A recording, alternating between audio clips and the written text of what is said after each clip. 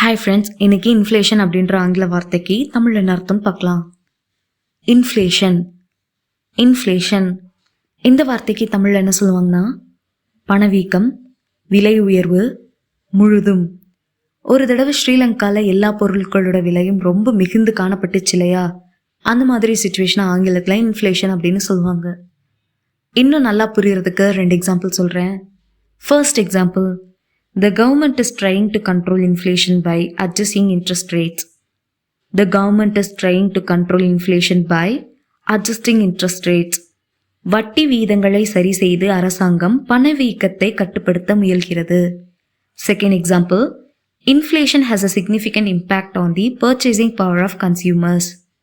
Inflation has a significant impact on the purchasing power of consumers. பணவீக்கம் நுகர்வோரின் கொள்முதல் சக்தியின் மீது குறிப்பிடத்தக்க தாக்கம் உள்ளது.